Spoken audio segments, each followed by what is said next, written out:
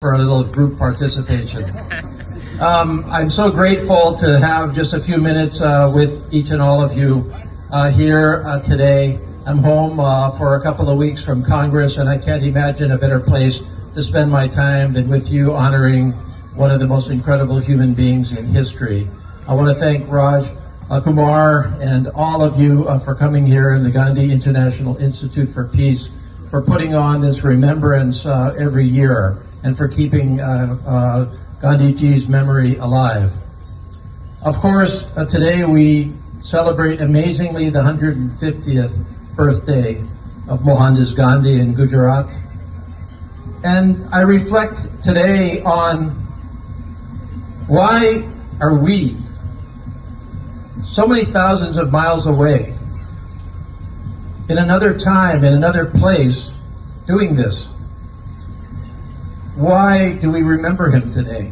Among the billions and billions of people that have lived and are living in the world since his birth, why him? Why now?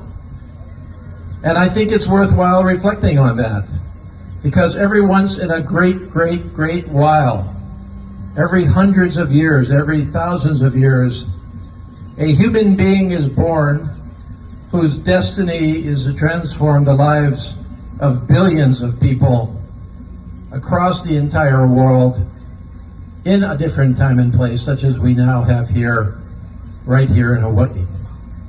Of course, you all know that his life gave birth to his life's work. I visited South Africa, as perhaps many of you have, about 10 years ago, walked in the areas where he walked, tried to understand the work that he did there, got a glimpse of what he faced in that formative time in his life in South Africa, and understood, I believe, what he took from that experience and why he wanted to return home to India, to transform India. And what were the roots of his philosophy? What were the roots of his commitment? What were the roots of his legacy? And of course, the rest is, as we say, history. But I think it's important to look back on that and ask ourselves, well, what really was his teaching? Of course, he had everything to do with the birth of modern-day India, a friend of Hawaii, a friend of our country, a growing friend of our country and participant in our world. And that was due to what he did. But I think we all know that his legacy transcends his home country and transcends his prominence in the birth of modern India.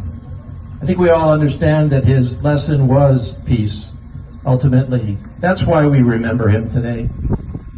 It was nonviolence. It was a better way of approaching the world.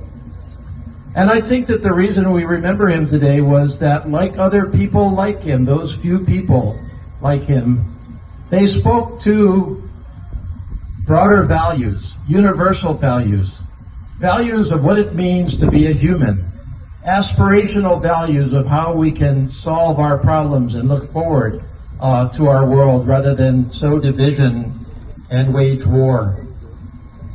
And I think it had a lot to do with the moral compass that he always followed in hewing to the commitment that he had to those values.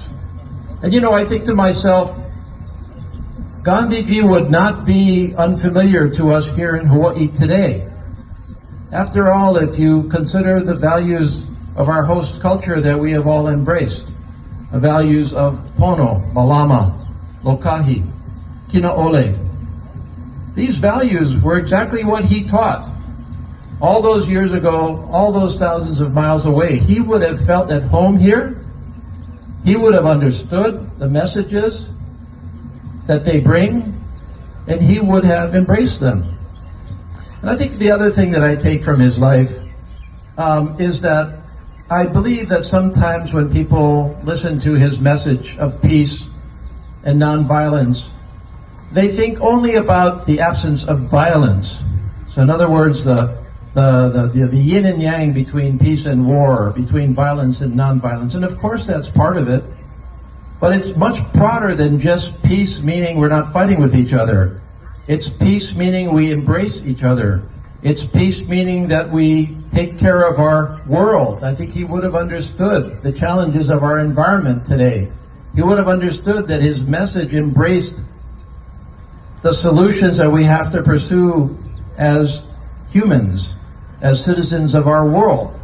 And so when I think back on his life and try to understand why we're talking about him here today, for me at least, it was not only about an incredible life well lived that transformed his own time, his own country, but articulated universal values that truly transformed a world and continue to transform a world.